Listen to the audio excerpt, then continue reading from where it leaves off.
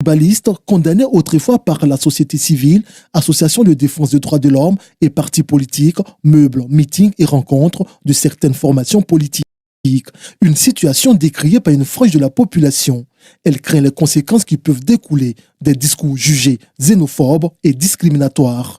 Des déclarations qui peuvent également semer la division en Côte d'Ivoire si l'on y prend garde, selon les observateurs du paysage politique ivoirien.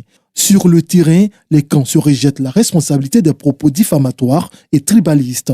Pour l'heure, les principales chapelles politiques sont en ordre de bataille pour galvaniser leurs militants et sympathisants. Ce qui intrigue par moment, c'est que ces propos xénophobes viennent très souvent de ceux-mêmes qui sont censés assurer la sécurité et garantir la sérénité des Ivoiriens. C'est-à-dire que c'est ceux qui sont au pouvoir. On se rappelle que le 8 février dernier, le ministre Seredo, Célestin, lors d'un meeting, a tenu des propos qui ont choqué. Arrivait, et ça, c'est ça qui m'inquiète. Il a dit que les propos qui sont tenus de plus en plus dans l'espace public sont inquiétants. Oui, j'en conviens. Mais chercher à l'imputer à l'ordre gouvernant, je pense que ça, c'est vouloir écrire l'actualité à l'envers. La réalité est que, oui, Célestin Seredo avait tenu des propos qu'on peut regretter, que nous condamnons. Mais je pense que Célestin Seredo était, si vous voulez, dans la riposte. D'autant que ceux qui ont pour matrice la xénophobie et le tribalisme sont connus. Ils viennent du PPACI, ils viennent du PDCI RDA. Voyez-vous, même, n'allons pas aller si loin que ça. Kobli Boni avait tenu une réunion à Yamoussoukro où il avait indiqué que les ACAN devraient pouvoir peser sur la vie publique en Côte d'Ivoire comme ça l'est au Ghana. Et que personne ne pouvait nier ce positionnement-là aux ACAN, notamment au PDCI RDA. Et vous savez, il y a moins de 5 jours, vous avez vu à Tomodi, où le porte-parole du PDCI RDA, Bredoumi Kwasi, a indiqué que si quelqu'un est baoulé de Tomodi et qu'il n'est pas à PDCI RDA, il serait un enfant adultérin. Vous voyez, ça, c'est des propos qui sont extrêmement graves.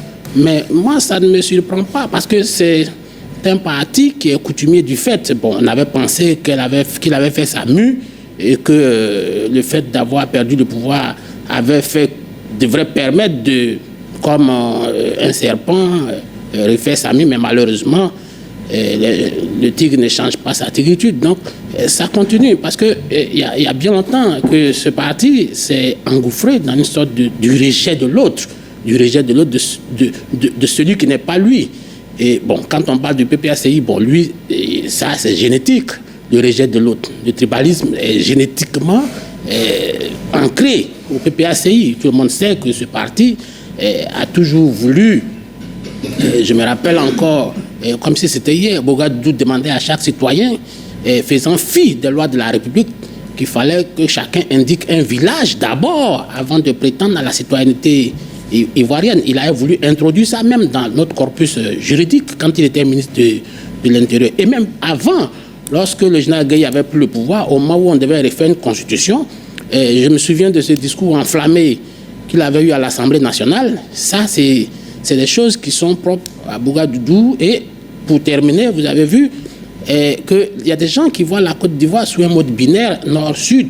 Vous avez vu que Lida Kwasi Moïse, qui lui avait été candidat du FPI, à Marcory, où il avait été élu député, il contestait à M. Kouyaté de vouloir être candidat à Lakota, d'où lui vient.